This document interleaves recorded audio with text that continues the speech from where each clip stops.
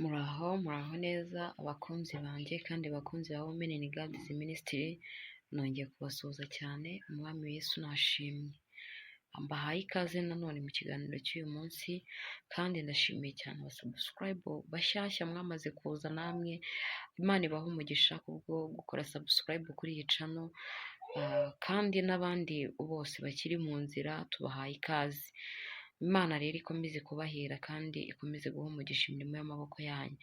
Uyu munsi rero tugiye gusoma ijambo ry'Imana, turi busange mu ngoma za mbere ibice ni 13. Turasoma guhera ku murongo wa 5 dusoreze ku murongo wa 14. Reka twihute dusome. Umutwe w'amagambo uratubwiye ngo Dawidi ajya kwenda isanduka y'Uwiteka, Uza apfa, isanduka iguma kwa Obededomu. Reka dusome. Nuko Dawidi ateranya Abayisiraheli bose, uhereye i Shihori ku kagezi ka Egiputa ukageza aharasukirwa i Hamati, kugira ngo bajye kwenda isanduku y'Imana bayikure i Kiriyatiyarimu. Dawidi azamukana n'Abayisiraheli bose bajya i Bara, ariyo Kiriyatiyarimu y'Abayuda, kugira ngo bakureyo isanduka y'Uwiteka Imana, ariyo yicara ku bakerubi, ikitwa rya zina. Maze baheka isanduka y'Imana ku igare rishya, bayikura mu nzu ya Abinadabu. Uza na Ahiyo barayishorera. Nuko Dawidi n'Abayisiraheli bose biyerekera imbere y'Imana n'imbaraga zabo zose, baririmba bacuranga inanga na neburi n'amashako n'ibyuma bivuga, bavuza n'amakondera. Bageze ku mbuga ya Kidoni, Uza arambura ukuboko kuramira isanduka, kuko inka zari zitsikiye.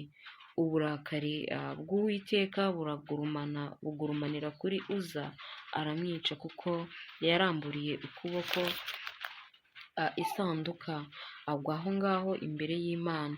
Dawidi ababazwa n'uko Uwiteka asumiye Uza aho hantu ahahimba Perusuza na bugingo n'ubu. Uwo munsi Dawidi atinya Imana, aravuga ati najyana nte isanduka y'Imana imuhira iwanjye? Nuko Dawidi ntiyacumbukura iyo sanduka ngo ayicyure iwe mu rurembo rwa Dawidi, ahubwo ayinyuza hirya ayicyura mu rugo rwa Obededomu mu Giti. Isanduka y'Uwiteka imarayo amezi 3 mu bo kwa Obededomu iri mu rugo rwe. Uwiteka aha umugisha urugo rwa Obededomu n'ibyo yari afite byose. Amena, amena. Reka dusenge. Uwiteka nyir'ijuru, Mana nyir'ibihe, tuguciriye bugufi. Mana turagushimye, turaguhimbaje, tugushimiye ijambo ryawe riciye mu matwi yacu.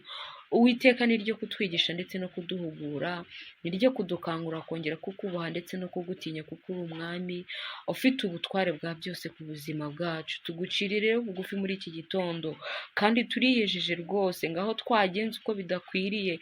Uwiteka utweze udutunganye, weza abakurikiye iri jambo, kandi Uwiteka nyir'ingabo Imana, iri jambo ryongere kuba irifungura mu mitima yabo, ryongere kubatera kongera kukubaha ndetse no kugukunda uko bikwiye.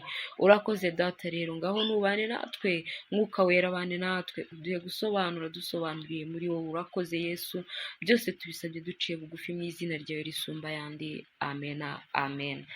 Abakunzi ba Women in God's Ministry, ndabashimiye cyane, kandi nongeye kubaha ikaze. Mwumvishije iri jambo dusomye, ni ijambo riri mu ngoma za mbere ibice 13. Ni ijambo ritubwiye ngo inkuru y'ukuntu Dawidi yatekereje kugarura isanduka y'Uwiteka Imana mu rurembo. Ariko bari mu nzira bagarura iyo sanduka y'Uwiteka Imana, Uwiteka Imana yongeye gukora ikintu gikomeye cyateye Dawidi ubwoba. Aravuga ati Imana nongeye kugutinya. Uko yari agiye kumenyera Imana byatumaga atekereza ati reka ntwari isanduka y'Imana, yenda nyishyire mu rugo iwanjye, nta kibazo, ndi umwami. Kandi Dawidi ahenshi tuzi neza ko yabanaga n'Imana, yari umuntu Imana ikunda. Ariko Imana yakoze ikindi kintu giteye ubwoba gituma Dawidi yongera gutinya Imana. Aravuga ati nubwo Mana nari narabonye urukundo rwawe, nubwo nari narabonye ibitangaza byawe, ntibikwiriye ko nakumenyera. Iri jambo ry'Imana rero Imana yanshyize ku mutima rirashaka gukangurira abantu bose, abakristo bose bajya baramira Imana, mujya mucira Imana inzira, kandi mwarangiza mwava muri izo nzira mumaze kwicira mukagenda mugatanga amashimwe mukavuga ngo Imana yankoreye ibi ngibi. Urimo urashakisha akazi, ariko muri urwo rugendo rwo gushaka akazi ni nako uri gusenga, ukagerekaho no gutanga ruswa. Wamara kubona ako kazi ukagenda ugashima Imana ngo ni Imana yabikoze. Imana ntabwo ikora gutyo. Imana ni Imana yihagije, ifite imbaraga n'ubushobozi bwo gukora. Ijambo ry'Imana ryaratubwiye ngo ubwo itimanye umwana wayo ari we Yesu Kristo, ikamuduhera ubuntu nta kiguzi twatanze, ngo izabura gute kuduhana n'ibindi byose tumusaba? Ibindi dusaba Imana ni ibintu byoroshye toto. Ibyari bikomeye cyane Imana yarabikoze, yabiduhereye ubuntu. Ese umwuka duhumeka hari ikiguzi tuwutangaho? Amaso Imana yaguhaye, cyangwa amatwi, cyangwa ingingo z'umubiri wawe Imana yaguhaye, hari ikiguzi wayihaye? Kubera iki mucira Imana inzira? Ndababwira nanjye nibwira, Imana iradusaba kongera kuyizera mu mbaraga zayo 100%, twe gucira Imana inzira, twe kugenda tugorekamo utuntu twacu tw'ubwenge bwa kimuntu, ngo niturangiza tujye mu bandi, mu bizera abandi, cyangwa se tubwire bagenzi bacu ngo hari ibyo Imana yakoze gutya na gutya, kandi nawe uzi neza yuko iyo nzira y'ibyo bintu atari inzira y'umucyo gusa, ahubwo harimo n'indi nzira y'amanyanga waciyemo. Iri jambo ryatubwiye ngo uza yabonye inka zitsikiye, arambura ukuboko kwe ajya kuramira isanduka y'Imana, yibwiraga ati ubwo inka zitsikiye ahari nta wamenya isanduka ishobora kubirinduka ikagwa. Ariko Imana yagaragarijeho ububasha bwayo ko ari Imana itaramizwa amaboko. Hari igihe ibyo wasenye cyangwa se ibyo wari utegereje ubona noneho bigeze ku munota wa nyuma birangiye bitagishobotse ko ibyo bintu bikiba. Wabona ko nta yandi mahirwe cyangwa se andi mahitamo ufite, benshi niho bahita baca iyo nzira yo kujya gusa nk'abaramiye Imana. Haraba Imana irabareka ibyo mukoze bigakunda, mukibwira yuko ihwanije ubwenge namwe, ariko si byo.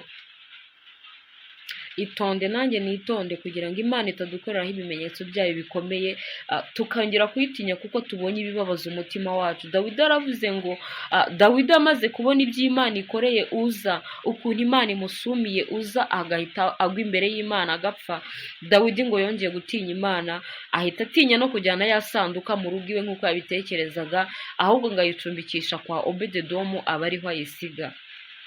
Nshuti bakunzi ba Women in God's Ministry kandi bakunzi b'ijambo ry'Imana, mureke twizere Imana 100% nk'uko bikwiriye.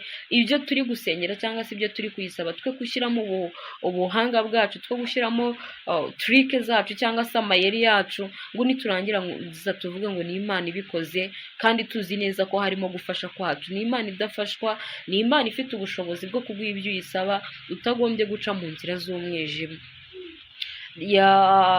Mu ijambo ry'Imana dusoma muri Yobu, Yobu we yaravuze ngo nzarinda apfa ntikuyeho kuba inyangamugayo, ngo gukiranuka kwanjye ndagukomeje.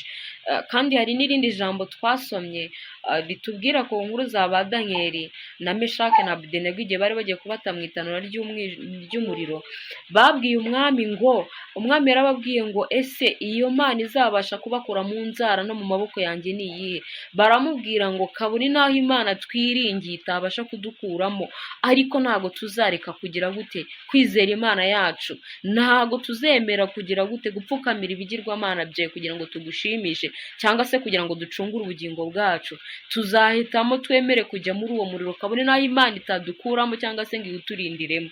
Imana yarebye kwizera kwabo, musiko nta kibi cyababayeho. Imana yarebye kwizera kwabo, ngo bakibajugunya muri uwo muriro basanze umwana w'intama bategerejemo, ibyari umuriro Yesu abihindura nk'ibishashi gusa bitagira icyo bifashe ku muntu.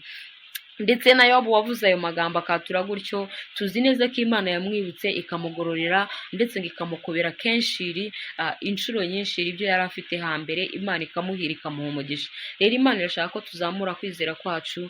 Ni Imana ifite imbaraga, ni Imana ifite ubushobozi. Reka twese twicire bugufi tuyisabe imbabazi aho twagiye twicira inzira, aho twagiye duhitekereza ko dukwiriye kuyifasha. Hari abantu bamwe basigaye bavuga ngo ni Imana irafashwa, ni Imana icirwa inzira, ariko iyo dusomye ijambo ry'Imana si uko ritubwira, ubwo ni ubwenge bw'isi, ni ubwenge bw'abantu butwigisha kwicira inzira ndetse ngo no gucira Imana inzira. Ndabakunda rero, reka tuzabonane mu ijambo ry'Imana ry'ubutaha. Imana ikomeze kubaha umugisha.